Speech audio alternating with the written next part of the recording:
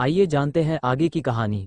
सुनैना जी जो उनसे दूर खड़ी थी वो चल के उनके पास आती है और उन दोनों के सामने खड़े होकर दोनों को पहले गुस्से से घूरती है, फिर कहती है, क्या हो तुम दोनों, शर्म नहीं आई तुम दोनों को ऐसा करते हुए। उनकी बात सुन राजवीर और शिवी दोनों उन्हें कंफ्यूज के भाव से देखने लगते हैं। राजवीर सुनैना जी से, आप कहना क्या चाहती है, साफ साफ कहिए। उनकी बात सुन सुनैना जी उनके सामने अपने और अखिलेश जी के डिवोर्स पेपर दिखा कहती है, आज तुम दोनों के वजह से अखिलेश मुझे डिवोर्स दे रहे हैं और वो भी तुम दोनों के वजह से। उनकी बात सुन शिवी और राजवीर को झटका लगता है और वो शौक होकर सुनैना जी को देखने लगते हैं। राजवीर और शिवी एक दूसरे को देखने लगते हैं, जिसके बाद राजवीर सुनैना जी से कहता है, ये आप क्या कह रही है, और हमें इस बारे में हमें कुछ नहीं पता है। उसकी बात सुन सुनैना जी कहती है, तुम्हें कैसे पता होगा, तुम तो अपनी बीवी के अलावा और कुछ नजर ही कहाँ आता है। इतना बोल वो शिवी को घूरने लगती है तो शिवी राजवीर को देखने लगती है। राजवीर कहता है, मैंने कहा ना हमें इस बारे में कुछ नहीं पता है। उसकी बात सुन सुनैना जी उन दोनों घूरते हुए कहती है, अगर मैं अखिलेश जी से अलग हुई तो मैं उन्हें उंगली दिखा तुम दोनों को भी एक नहीं होने दूंगी। इतना बोल वो वहां से चली जाती है तो वही शिवी राजवीर का हाथ कसके पकड़ लेती है। शिवी को ऐसे देख राजवीर कहता है, कुछ नहीं होगा शिवी, मैं बात करता हूँ पापा से। इतना बोल वो शिवी को अपने साथ घर के अंदर लेकर जाता है।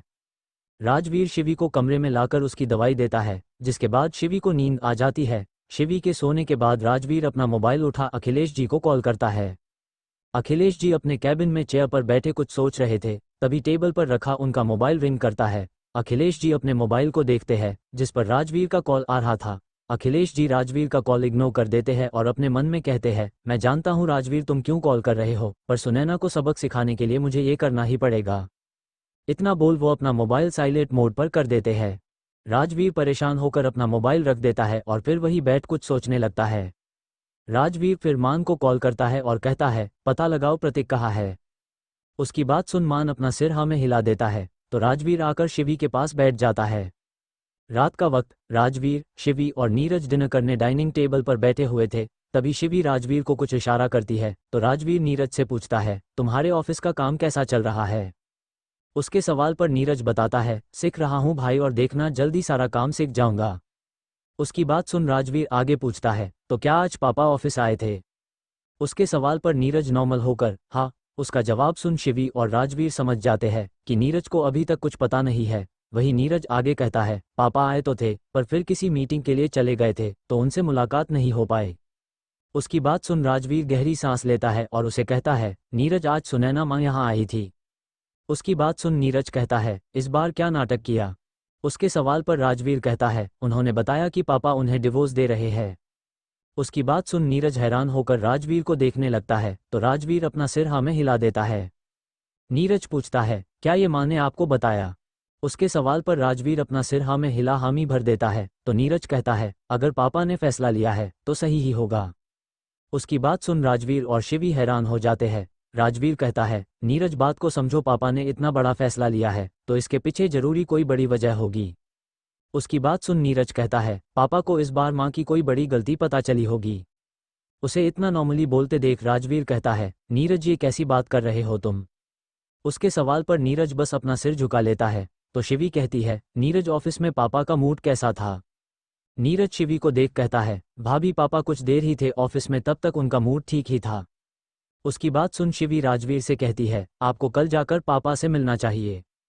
उसकी बात सुन राजवीर अपना सिर हिला कहता है, हाँ मैं कल जाकर पापा से मिलकर बात करूंगा। उसकी बात सुन शिवी अपना सिर हिला देती है, जिसके बाद वो डिनर कर अपने अपने कमरे में सोने चले जाते हैं। राजवीर और शिवी एक दूसरे के करीब होकर बेड पर लेटे हुए थे पर दोनों की आंखों में नींद नहीं थी। वही नीरज भी अपने कमरे में कुछ परेशान बैठा हुआ था। दूसरी तरफ यहाँ सुनैना जी घर पर अखिलेश जी के आने का इंतजार कर रही थी पर वो अभी तक नहीं आए थे, जिस वजह से सुनैना जी परेशान थी। यहाँ अखिलेश जी अपने ऑफिस के एक छोटे पेंट ऑफिस में बैठे हुए थे। उनके सामने शराब का ग्लास रखा हुआ था और उनका सिर झुका हुआ था। अखिलेश जी अपनी नज़र उठा सामने देखते हैं जहाँ उनकी पहली पत्नी और राजवीर की मां की तस्वीर लगी हुई थी। अखिलेश जी तस्वीर देख कहते हैं, तुम्हारी कसम तोड़ रहा हूँ, क्या करूँ इस बार दर्द थोड़ा ज्यादा है। इतना बोल वो टेबल पर रखा शराब का ग्लास उठा मुंह से लगा पी लेते हैं। अखिलेश जी ऐसे ही कुछ और ग्लास पीते हैं और फिर वही सो जाते हैं। दूसरी तरफ प्रतीक गुस्से से अपना फोन जमीन पर फेंक तोड़ देता है और उसके ऐसा करने पर उसके साथ बैठा निखिल चौंक जाता है। फिर प्रतीक को देख पूछता है, ऐसा भी क्या हो गया? उसके सवाल पर प्रतीक उसे देख कहता है, शिवी अभी राजवीर के साथ है। उसकी बात सुन निखिल भी चौंक जाता है और अपनी जगह से खड़े होकर कहता है, क्या? उसके सवाल पर प्रतीक कहता है, मेरे आदमी का ही कॉल था, उसने बताया कि शिवी अभी राजवीर के साथ उसके घर पर है। उसकी बात सुन निखिल कहता है, अरे पर ऐसा कैसे हो सकता है, तुमने तो उसे सब सच बताया था। उसकी बात सुन प्रतीक कहता है, मतलब साफ है उसने मेरी बातों पर यकीन नहीं किया है। इतना बोल वो गुस्से से वहां रखा बांस उठा फेंक देता है, जिसे वो टूट जाता है।